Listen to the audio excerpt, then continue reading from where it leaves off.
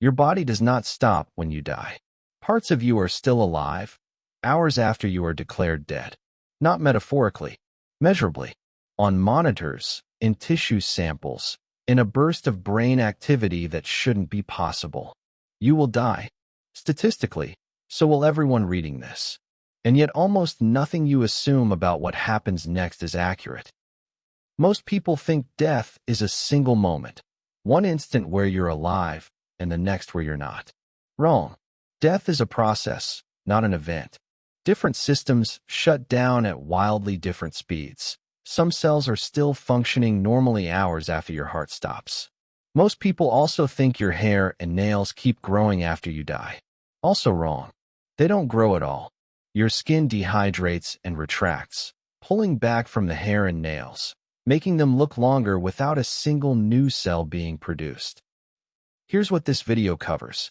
First, the documented surge of brain activity in the final moments, and what researchers think it means. Second, the 3 biological clocks forensic scientists use to determine exactly when someone died. Third, what takes over your body within days, and why it's something we already introduced you to 2 videos ago.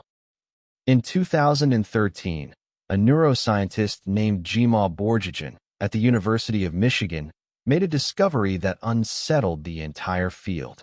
She was studying the brains of dying rats and found something nobody expected. In the seconds after the heart stopped, brain activity didn't flatline. It spiked. A massive surge of highly organized gamma wave activity, the same brainwave pattern associated with conscious awareness and memory recall in a healthy, awake brain. For years, this was dismissed as something unique to rodents. Then, in 2023, her team published something harder to dismiss. During end-of-life care, when a patient's life support was withdrawn, EEG monitors were already attached for unrelated clinical reasons. As the patient's heart stopped, their brain did the same thing the rats' brains did. A surge, synchronized gamma activity, concentrated in the exact brain regions associated with dreaming, memory retrieval, and conscious perception.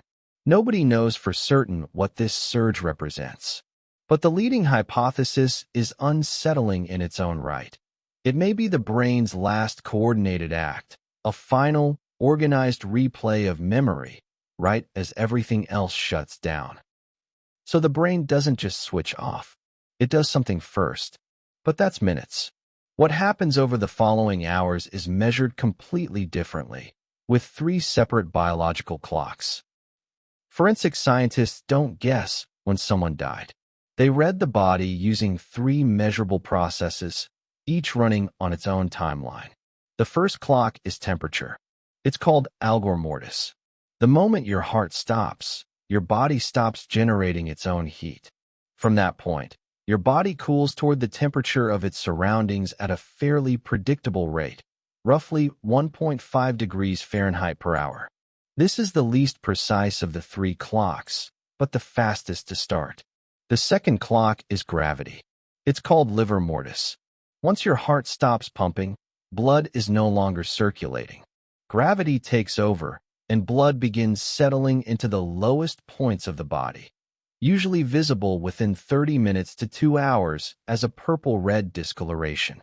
Investigators can use the exact pattern of this discoloration to determine not just when someone died, but whether the body was moved afterward. The third clock is chemistry. It's called rigor mortis. This one surprises most people because it's not caused by muscles simply stopping. It's caused by a chemical process running out of fuel.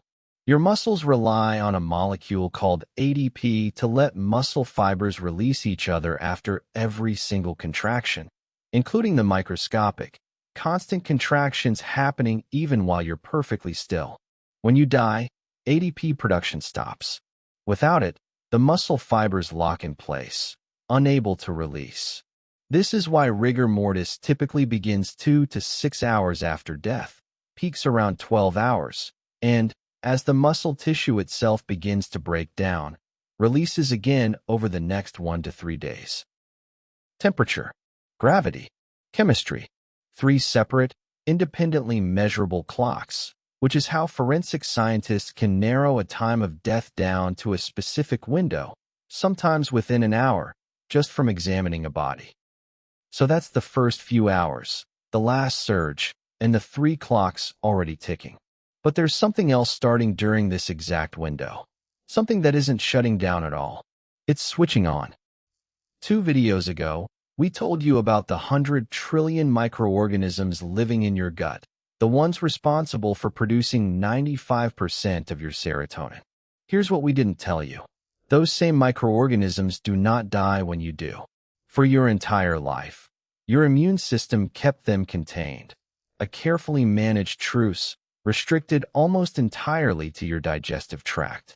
The moment your immune system shuts down, that truce ends. Within minutes, your own cells begin a process called autolysis, self-digestion. The lysosomes inside your cells, tiny enzyme-filled sacs whose entire job is breaking down waste material, start rupturing. With no immune system left to regulate them, the enzymes begin digesting the cell from the inside. And your gut bacteria, no longer contained, begin moving outward through the walls of the intestines that used to hold them back into surrounding tissue. This process is called putrefaction, and it's the primary mechanism of decomposition. The same ecosystem that helped regulate your mood, your digestion, your immune function for your entire life becomes, within days, the primary agent breaking your body back down. It's not really a new system taking over. It's the same one, just no longer being held back. So here's what death actually looks like when you put all 3 parts together. In the first minutes, a final, organized surge of brain activity nobody fully understands. In the following hours, 3 separate clocks, temperature, gravity, and chemistry, each ticking at its own measurable rate. And within days, the ecosystem that lived alongside you your entire life, no longer held back. None of this is destruction in the way it's usually imagined. It's closer to a very precise, very well-documented handoff. Different systems in your body finishing their final tasks in a specific, predictable order. Death isn't a switch. It's a handoff. Some systems keep running for hours after you're declared gone. Others are only just clocking in. That's not comforting. It's just accurate. That's the heaviest topic this channel has covered. Next week, we go a lot lighter. Is cortisol face actually real, or is your feed diagnosing you with a skincare trend? Millions of videos say your face is puffy because of stress. Actual endocrinology says something else. Subscribe so you don't miss it. One small detail changes everything.